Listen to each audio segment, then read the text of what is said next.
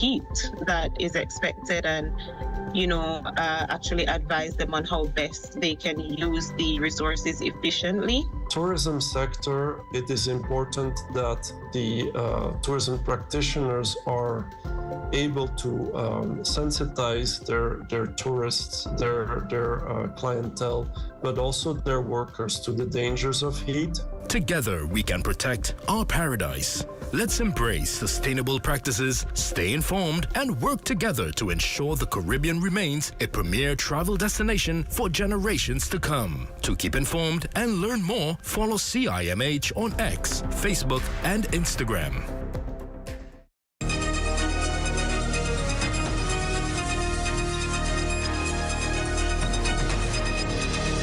And that concludes the Bahamas Tonight, the Northern Edition. I'm Ramiko Knowles. I'm Shane Stubbs. Thanks so much for watching. Here's a live look at the Bahamas Tonight, coming your way next. ZNS News is brought to you by the new BTC. Fiber is here. Faster, stronger, more reliable. Together, we are unstoppable. Switch today. First at 11. A regional issue requires a coordinated regional response. Gun violence and gun trafficking that has led to the loss of countless lives across communities getting the unified attention of regional leaders at CARICOM. Also, with increasing migration tensions spanning across the United States and elsewhere in the region, the Royal Bahamas Defense Force staying proactive and enhancing its patrol capacity, adding to its already impressive fleet. And Bahamas Power and Light offering an explanation amid concerns from some consumers over higher electricity bills. Are the concerns warranted? What is BPL advising to help lower consumption? We'll tell you more. The Bahamas Tonight at 11 starts now.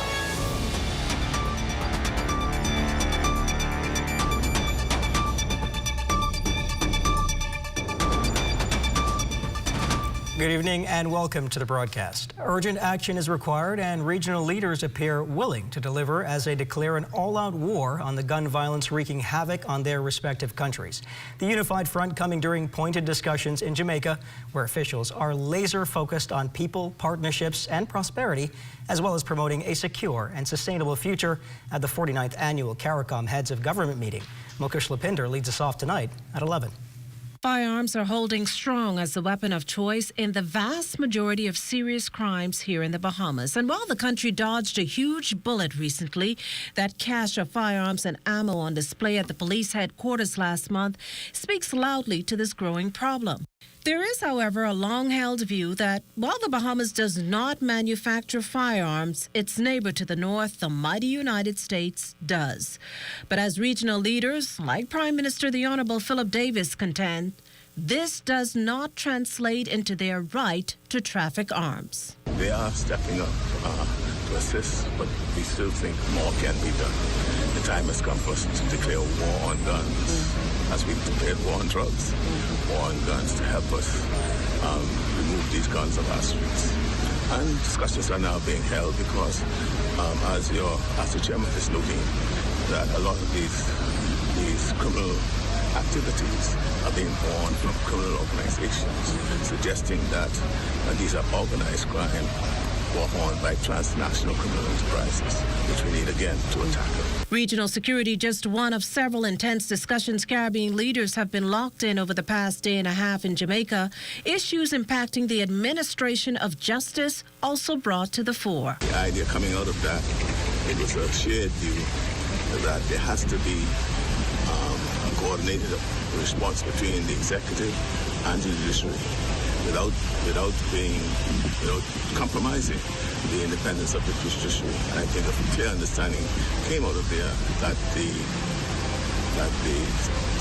courts have to appreciate and be sensitive to what is happening in our communities, particularly how the local conditions are impacting and fueling the scourge of crime that is troubling all of our countries. The 49th CARICOM meeting wraps up on Tuesday. Regional leaders are now preparing for their second day of high-level talks in Jamaica. The discussions taking place a day after the conference officially opened and the charge ahead laid out by the regional body's new chairman. Corville Pyfram tells us more. Barbados' Mia Motley, CARICOM's outgoing chair, has always been a tough act to follow. And so incoming chair, Jamaican Prime Minister Andrew Holness, wisely wove some of Motley's message into his own maiden address Sunday before the Caribbean community, ahead of articulating his own vision. We must dismantle the influence of gangs in our communities, disrupt their financing, and cut off access to weapons. Chairman Holness with an urgent call to action during Sunday's opening ceremonies in Montego Bay, noting that citizen insecurity across the region, the proliferation of gang activity, illegal weapons, and all activities that create danger and increase crime must be addressed. He added that with ongoing global strife resulting from geopolitical disputes, wars, conflicts, and other challenges, the world we live in is more fragile and divided than ever before. These realities affect us through energy prices, food insecurity, migration, and more. In this moment, we must be resolute in preserving CARICOM as a zone of peace and reaffirm our commitment to working with the international community to promote de-escalation, uphold diplomacy, and pursue lasting solutions grounded in dialogue and mutual respect. Both he and his predecessor agree the eyes of the Caribbean and the globe must not look away from what continues to be happening in Haiti, with this stark warning from Motley that without serious, meaningful dialogue meant to bring out real action, the Kenyan-led security forces will be sent like lambs to the slaughter. The pace at which progress is needed must be expedited if we are not to see more and more people suffer. Issues like the Caribbean Court of Justice as the region's final court of appeal, climate change, food security, and trade are also being discussed at this year's conference, which wraps up tomorrow. For the Bahamas Tonight, I'm Corvell Pyfrom. Thanks, Corvell. As hundreds of millions of dollars are earmarked to enhance the country's borders, the Royal Bahamas Defense Force is moving new assets to add teeth to guard and protect. West Calix Forbes reports on the new boats and where they're being deployed. Commodore Floyd Moxey reinforcing the Defense Force maritime presence by deploying 4 newly acquired vessels across key zones in the country. We spent some time determining where was the best place in the country to locate those safe boats, and we have determined that we will locate them, one in the North Bahamas, and today's the 7th. One of them will be operating out of Abaco. We sent one to Grand Bahama, one to Machutong in Nago, and one to Garden Point in Raglan. The Commodore shared just 2 weeks ago, a motorized vessel out of Haiti was intercepted with an estimated 60 migrants. Now the department is on alert. And so just yesterday, we discovered that there was a Haitian landing in the Turks and Caicos Island, and they're using motorized boat as opposed to the traditional sailing vessel that we would have seen in the 2000s, the 90s. And so we are sending our patrol boats to the southern Bahamas to ensure that we maintain that presence and that posture in the southern Bahamas in the event of any mass migration from Haiti. So we're using our air asset and we're using our surface assets to do that. While illegal migrant vessels are one threat, the Commodore says another is Dominican poachers, who are continuing to fish illegally in the Bahamian waters even though the crawfish season is closed. At this time of the year, we get reports of Dominicans on our banks, and so we are deploying our surface assets to the Great Bahama Banks to ensure that our marine resources are protected for our fishermen when this crawfish season open on August the 1st. For the Bahamas Tonight, I'm Wes Calix Forbes. Thanks, Wes. It's been a long time coming, and today letters of promotion were issued to a large group of immigration officers. Our Lloyd Allen attended this morning's ceremony at Transformation Ministries International on Carmichael Road. I got emotional because I really have to give a lot of thanks to my husband, who helped me through this journey. It's been really rough. Sharon Monroe says 3 years ago she lost her sight, but her fight to giving an honest day's work remained consistent. But I still come to work every day and perform in my rank. And this promotion means the world to me because I lost my eyesight, but I didn't give up. 29-year veteran at the Immigration Ministry, Sharon Monroe is along with 340 other colleagues who today received their just reward for years of service in the Immigration Department. For the first time in many years, we are not only addressing the past, but we are preparing the future. Immigration Minister, the Honorable Alfred Sears, was joined by senior immigration officers and others across the entire organization who celebrated the extensive exercise. Now, Minister Sears telling the group that Monday's announcement came with much preparation, ensuring all deserving officers received their just reward. They undertook the painstaking work of combing through files, reassessing cases, and ensuring that the entire promotion process was anchored in merit, transparency, and integrity. The minister also indicating that while there may have been some cases overlooked, others will likely be added to the list. There are a number of cases which are currently in the final process, and we should be receiving within the next another few weeks. And but the work to continue this process, as I stated, will continue. For the Bahamas Tonight, I'm Lloyd Allen. Thanks, Lloyd. It's been more than 3 years since Immigration Director Dr. William Pratt returned to the public service. The decision to return retired officers was previously challenged by the Bahamas Customs, Immigration and Allied Workers Union with the appointment of former Acting Immigration Director Clarence Russell. Earlier this year, though, the number of retired public officers brought back to the system was pegged at 491 persons. That's according to Labor and Public Service Minister, the Honorable Pia Glover-Roll. Immigration Minister, the Honorable Alfred Sears, telling reporters Monday that there is still no timeline to appoint Director Pratt's replacement. Well, that is something that in the future we will address.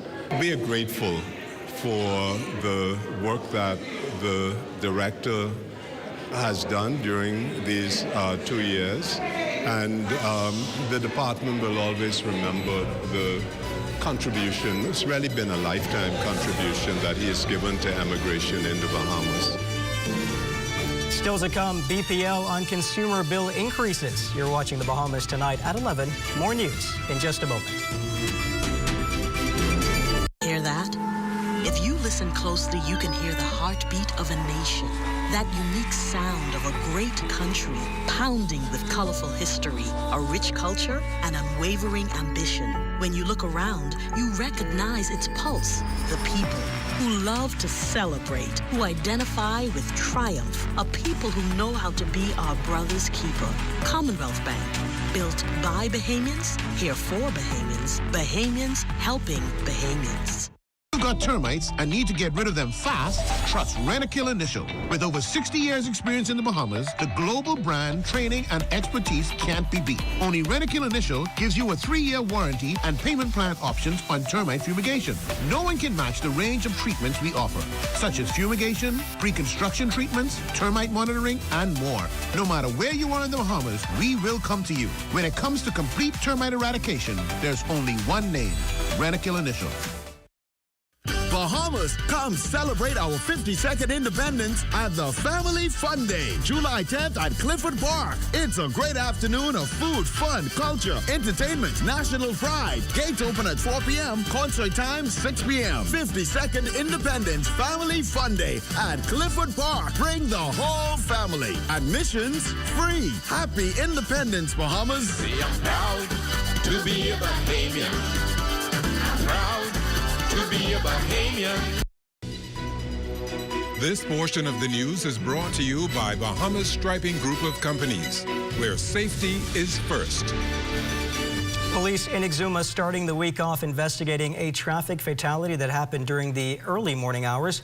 Officers went to the Farmers Hill area around 1 o'clock this morning and learned about a collision between a male motorcyclist and a vehicle.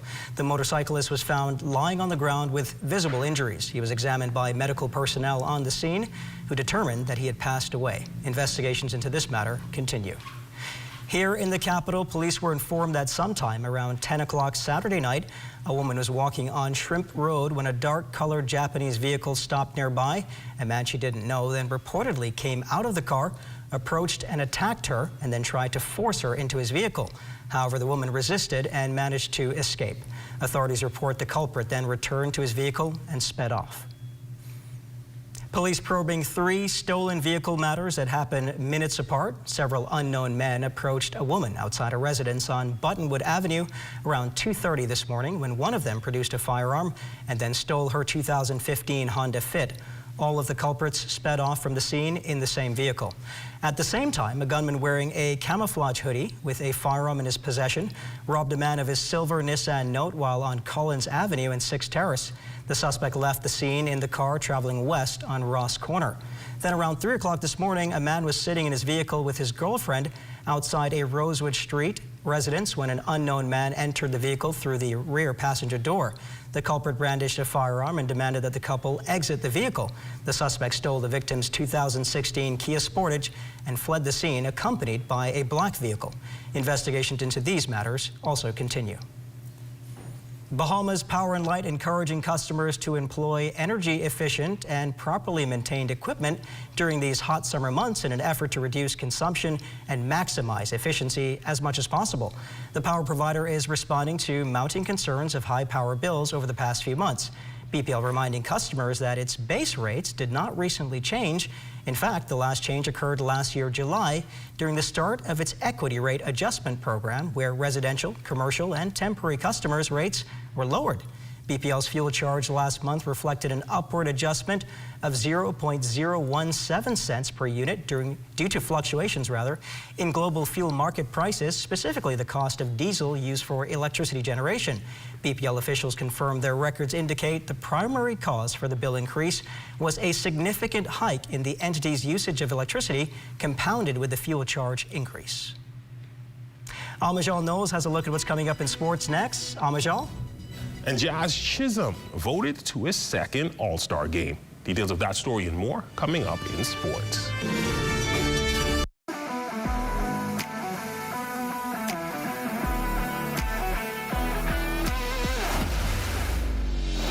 Bahamas Striping Group of Companies, we have been in Exuma now for the past 4 years, carrying out our paving program. A part of our company's philosophy is to do some work to international standards. So when you look at our paving division, we have a state-of-the-art lab to do all of our testing in-house, as well as a state-of-the-art asphalt plant with a trained technician carrying out the work on that site. The overall action goal of our company is to produce the work that we're doing in the entire Bahamas to international standards. We also make a difference by the training of our staff. We have a very intensive training program going on to where we are teaching young men how to learn the art of striping. Being a young man myself, I've made mistakes in the past. I was given a second chance to better my life, and it's only fitting that we pass that along. What's important for us is giving them a second chance for them to get a skill and a career that could take them further in life.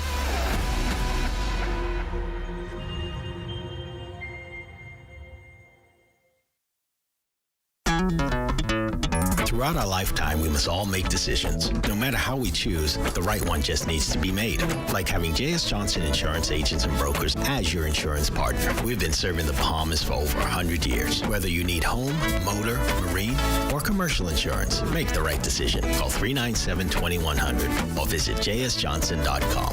JS Johnson Insurance, peace of mind. There are over 40,000 students in our public school system, and the mission of the Ministry of Education and Technical and Vocational Training is to equip every one of them with a quality education. This requires a full complement of quality teachers. The ministry, in conjunction with the Department of Labor, is hosting a job fair to recruit teachers on July 12, 2025 in the foyer of the Ivy Dumont Building on University Drive from 9:30 a.m. to 3:30 p.m. them.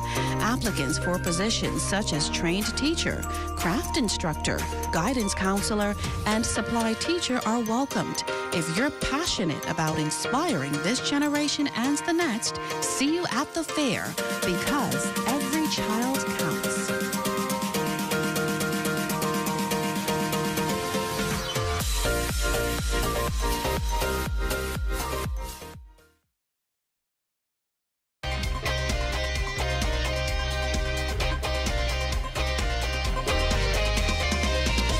Welcome to your Monday Sports Check, everyone. I'm Amajal Knowles, topping sports. Jazz Chisholm Jr. adding another impressive milestone to his resume as he's selected to participate in his second Major League Baseball All-Star game, his first with the New York Yankees. The MLB announced the full rosters for the 2025 American and National League teams, scheduled for July 15th inside Atlanta's Truist Park. Now, as a member of the Marlins in 2022, Chisholm Jr. was the first Bahamian to be selected to participate in the MLB All-Star Game, where he was placed on the injured list after he was diagnosed with a right lower back strain. This time, he's healthy and looking forward to making his presence felt as a reserve at second base.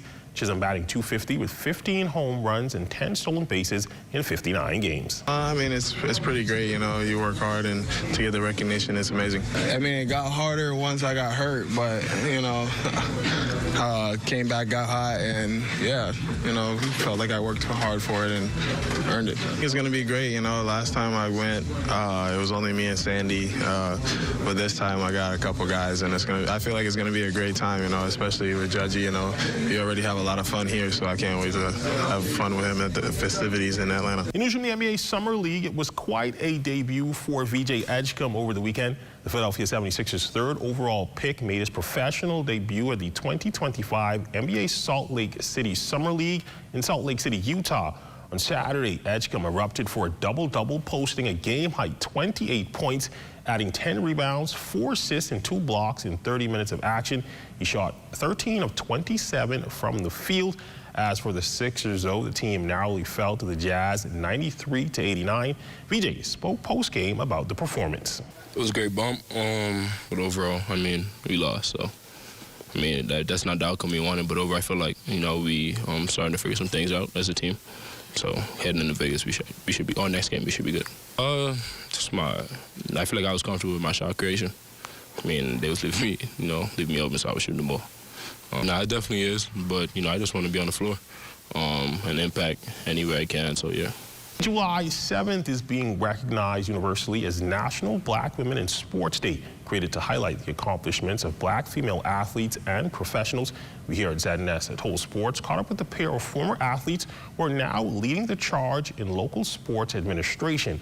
Acting Director of Sports Kelsey Johnson-Sills and the current Director of the Bahamas Anti-Doping Commission, Peter Haven, who both spoke about their roles as well as representation. The position that I am, I started as a cub reporter at the Tribune. I was mentored by Brent, and I always give kudos to him for helping me excel in my career. Then I moved on to The Guardian and then on to ZNS, and I'm the Acting Director of Sports. So it shows that there's growth in the sporting world for us. However, we as young women, we have to adapt. We have to make sure tap into that, you know. There are many resources now. I thank persons like Kimberly Roll at the University of the Bahamas, that's the athletic director. I thank persons like Laurencia, those who are still on the broadcasting side. So I have a women in sports movement now where I want to make sure that more young women actually tap into the resources that we have and make sure that they excel. There's so much that the world offers us as women, but we have to take into it. We have to make sure that we adapt to it.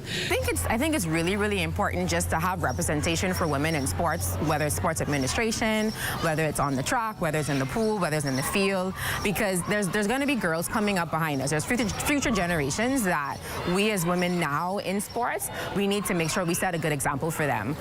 You know, it's always good to have that mentor. I had one in sports as well. Her name is Miss Cora Hepburn. So having her, she kind of, you know, pulled me along the way, and she gave me tips and tidbits because it is a male-dominated field. So having someone that looks like you and that can guide you through the things that you need to go through is always really good. That's a look at your sports on this Monday. Until tomorrow, I'm Amajal Knowles, signing out.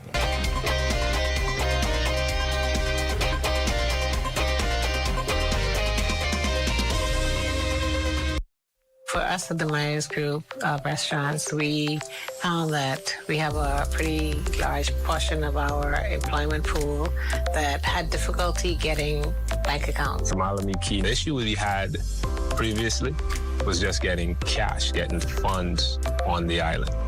And with only one working ATM, the idea of the sand dollar just in being digital, and everybody has a smartphone nowadays, it actually worked into our favor. The sand dollar was like a godsend because it allowed us to add it to our payroll system, which means we're able to send their money to the sand dollar wallet. It's still a bank transfer because you get an account number. So from the employer side of things, all I have to do is send your funds just as usual. It opens up our pool for us to be able to hire some of the people that we couldn't hire before because they were unable to open bank accounts. This has been a really good solution.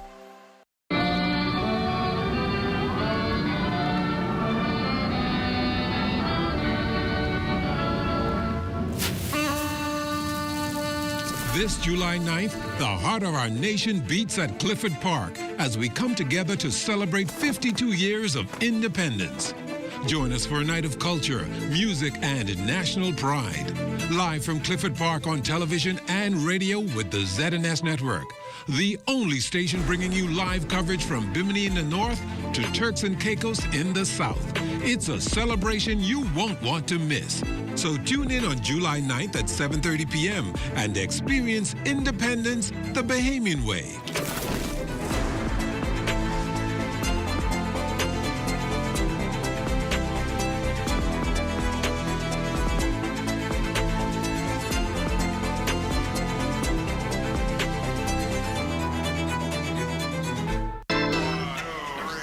Nassau is the capital, Bahamas. Bimini is the gateway, Bahamas. 1492, Columbus landed. 1973, we were free. From Nassau to Inagua, Bahamas. From Freeport to Mequona, Bahamas. Tourists love our country, Bahamas. 700 islands, Bahamas. Happy independence, Bahamas. It's time now for a weather check with Chief Meteorologist Basil Dean. Good evening, Basil. Good evening, Royston. Post-tropical cyclone Chantal continues to generate lots of moisture across the east coast of the United States as it continues to trek towards the north and east. Now, your temperatures around the islands this evening: Marshall, Abaco at 86 degrees, Green Atoll, Key, and Freeport, Grand Bahama at 82 degrees, the Berry Islands 84, Isle Sound, Bimini at 85 degrees. We're picking up 84 degrees over in Harper Island, Rock Sound, Eleuthera 82, Harper Island, Active Sound, Cat Island, pardon me, at 84. Black Point, Exuma, Camp Space, Orlando's, and Fresh Creek in Central Orlando's, all at 83 degrees. 82 degrees in Georgetown, Exuma. Picking up a couple more 84s in Rum Key and also in San Salvador. Betsy Bay, Meguana, 79 degrees. Crooked Island, 82. Clarence Town, Long Island, 82. 82 also in Ragged Island, Acklands. Matthew Town, Inagua, 84. And the Turks and Caicos Islands also at 84 degrees. Satellite pictures showing lots of tropical moisture working its way through the southeast Bahamas. Now, this is in response to a tropical wave which is moving towards the west, so we will see an increase in shower activity as we head into the late night and tomorrow morning, and all of that will be spreading into the northwest Bahamas. So for the next several days, we're going to have some wet conditions around the 700 islands. Tonight, though, partly cloudy, very warm, 81 degrees for your low temperature. And tomorrow, a couple of thunderstorms in the morning, otherwise cloudy most of the day with a high temperature around 84 degrees. And your extended weather forecast, showers, thunderstorms in the morning, and that will continue into Wednesday and Thursday. Then come Friday, we'll get a peek of the sun once again, and that will be short-lived, as by Saturday, those showers and thunderstorms of a scattered nature will return, and that will take us right into Sunday, and then we'll have some residual showers as we head into the early part of next week. But temperature-wise, because of the cloud cover and the shower activity, it's going to keep us pretty much just below the 90-degree mark. Royston. Shaping up as a rainy week. Thanks, Basil. Well, that's going to do it for the Bahamas tonight at 11. Thank you for continuing to make ZNS your first choice for news and information. Only the sun covers the Bahamas better than ZNS. Thank you for watching, and good night.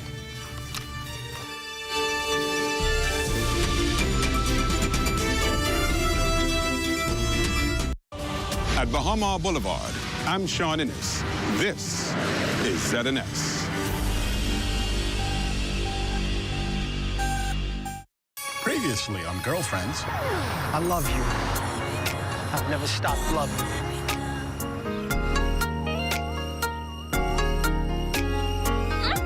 How about that? Just tell me that I matter to you. I'll tell you what I think about you. It's okay.